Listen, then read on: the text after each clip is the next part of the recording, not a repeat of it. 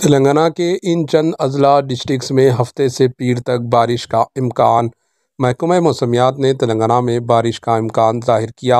महकमा मौसमियात के मुताबिक तेलंगाना के डिस्ट्रिक्ट संगारेड्डी, मेदक, विकाराबाद, गदवल, नारायणपेट में 24 था 26 फरवरी तक दरमियानी बारिश होगी।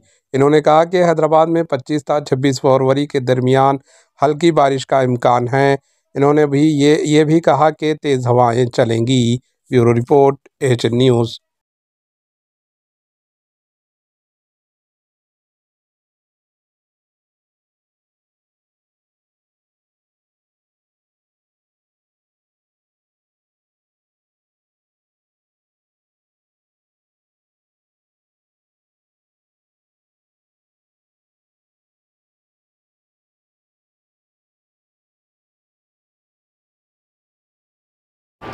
AHN न्यूज़ को लाइक करें, शेयर करें और सब्सक्राइब करना ना भूलें।